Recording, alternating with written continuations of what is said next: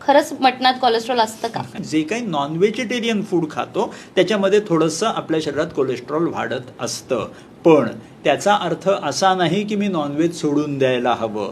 जर नॉनव्हेज खाल्ल्याने जर खरं हार्ट अटॅक आणि कोलेस्ट्रॉल वाढले असते तर सगळ्या वाघांना, जंगलातल्या सगळ्या वाघांना हार्ट अटॅक यायला पाहिजे होते आणि सगळ्यांचं कोलेस्ट्रॉल वाढायला पाहिजे होतं. ते नॉनव्हेज खाण्यात चुकीचं नाहीये, पण मी तेलात तळून मस्त फ्राय बी करून खाल्लं तर मी प्रॉब्लेमला इन्व्हिटेशन देणार आहे.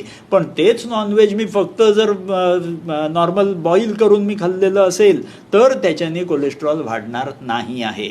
आणि ह्याच्याबरोबर सर्वात इम्पॉर्टंट आहे की आपल्या शरीरात असे एन्झाईम्स असतात जे वेगवेगळ्या जेवणाला पचवण्यासाठी नोन असतात. आणि जर माझे ते एन्झाईम्स छान बनत असतील माझ्या शरीरात आणि रोज जरी मी नॉनव्हेज खाल्लं तरी मला प्रॉब्लेम येणार नाही, असे सुद्धा रिसर्चेस दिसलेले आहेत.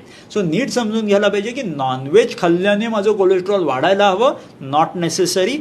पण मी चुकीच्या पद्धतीने जर ते नॉनव्हेज कुक केलेलं असेल आणि ते मी खात असेल तर मी प्रॉब्लेम्सना इन्व्हिटेशन देऊ शकतो.